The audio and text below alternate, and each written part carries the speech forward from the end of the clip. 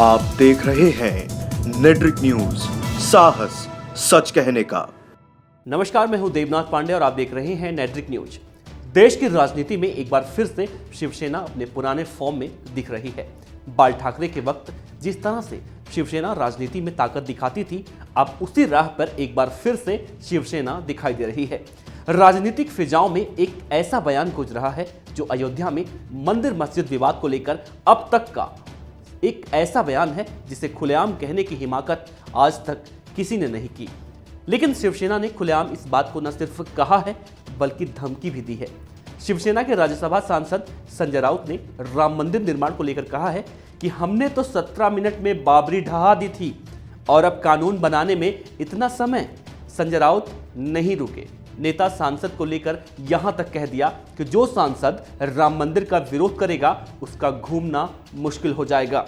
शिवसेना बार बार राम मंदिर को लेकर अपने तेवर और सख्त करती जा रही है।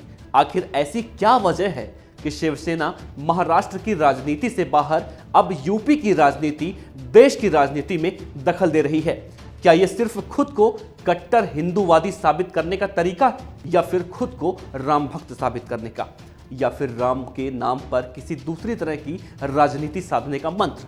बात करेंगे हर नजरिए पर, लेकिन उससे पहले आइए जानते हैं कि संजय राउत ऐसे क्यों कह रहे हैं। इसकी शुरुआत कहां से होती है?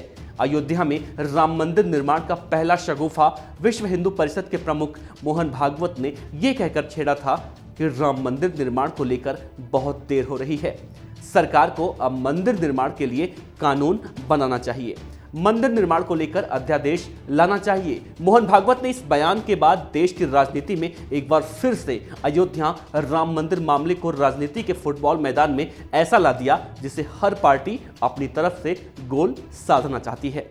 एक ही विचारधारा के लोग, एक ही विचारधारा की पार्टी अब इस मुद्दे पर एक दूसरे का कॉलर पकड़ रहे हैं, सवाल पूछ रहे हैं। अयोध्या में राम मंदिर निर्माण को लेकर साधु संत समाज पहले से ही बीजेपी को कटघरे में खड़ा कर रही है कि बीजेपी ने राम मंदिर निर्माण के नाम पर हिंदुओं से वोट लिया और अब वो मंदिर नहीं बना रही है। अगर बीजेपी ने मंदिर नहीं बनाया तो फिर हम अपना दूसरा विकल्प देखेंगे। इधर साधु संत समाज नाराज हुए तो दूसरी पार्टियों को भी बोलने का मौका मिल गया। बीजेपी के साथ केंद्र और महाराष्ट्र में सत्ता से साझेदार शिवसेना अब बीजेपी को ही निशाना बना रही है और बार बार, हजार बार बीजेपी से सवाल पूछ रही है कि आखिर वो अयोध्या में राम मंदिर क्यों नहीं बना रहे हैं। खुद दलील दे रहे हैं कि जब हमने 17 मिनट में मस्जिद ढा दी थी तो अब सरकार को मंदिर बनाने में इतना वक्त क्यों लग रहा है। बीजेपी को मंदिर के लिए कानून बनाने में इतनी देरी क्यों हो रही है, जबकि केंद्र से लेकर उत्तर प्रदेश तक बीजेपी की सरकार है, फिर भी बीजेपी मंदिर नहीं बना रही है। संजय राउत के इस बयान के कई मायने निकाले जा रहे हैं जिसे समझना बेहद ही जरूरी है कि आखिर शिवसेना राम मंदिर को लेकर इतनी उतावली क्यों हो रही है। राम मंदिर को लेकर संजय राउत से पहले खुद शिवसेना प्रमुख उद्धव ठाकरे बहुत बड़ी बात कह चुके हैं। राम मंदिर निर्माण को लेकर उद्धव ठाकरे ने तो यहां तक कहा था कि अगर बीजेपी पूर्ण बहुमत में होने के बाद भी मंदिर निर्माण नहीं कर पा रही है तो ऐसी सरकार को गिरा देना चाहिए।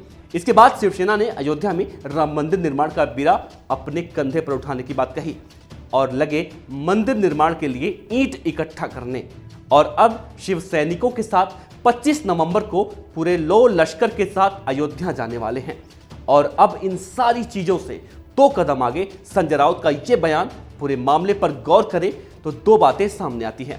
पहला यह कि शिवसेना बार बार ऐसा इसलिए कह रही है कि ताकि बीजेपी की तरह राष्ट्रीय स्तर पर उसका कद बढ़ सके। दूसरी बात यह है कि बीजेपी में रहकर इस तरह की बातों से बीजेपी पर दबाव बना रहे और गठबंधन में उसकी अहमियत और भी बढ़े।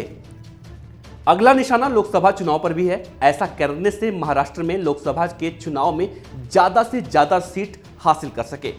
और सबसे बड़ी बात जिसे राजनीतिक पंडित अपने नजरिए से देख रहे हैं वो ये कि हिंदुत्व के नाम पर शिवसेना खुद को ऐसे प्रेजेंट कर रही है ताकि अगर जरूरत पड़े तो वो बीजेपी के खिलाफ भी खड़ी हो सके।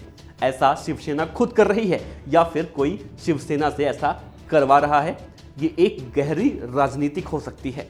इस पूरे मामले में क्या हकीकत है, क्या फसाना, फिलहाल कुछ भी कहना मुश्किल है। लेकिन जैसे जैसे लोकसभा की तारीख नजदीक आएगी शायद इस पूरे मामले की परत खुलकर दुनिया के सामने आए कि आखिर शिवसेना चाहती क्या है। कहीं ऐसा तो नहीं है कि बीजेपी शिवसेना के बहाने देश में हिंदू और हिंदुत्व की भावना को जगा वोटर की शक्ल में वो फसल तैयार कर रही है जो चुनाव के वक्त पूरी तरह से पक जाए और आखिरी में बीजेपी उसे काट ले। ये राजनीति है, यहां कुछ भी हो सकता है। फिलहाल के लिए मुझे दीजिए इजाजत। अगर इस रिपोर्ट पर आप अपनी कोई भी राय देना चाहते हैं या फिर आप कोई खास मुद्दे पर रिपोर्ट देखना चाहते हैं तो आप अपने कमेंट बॉक्स में कमेंट करें। अगर आपको हमारी ये रिपोर्ट अच्छी लगी हो तो वीडियो को लाइक करें, शेयर करें और कमेंट करें।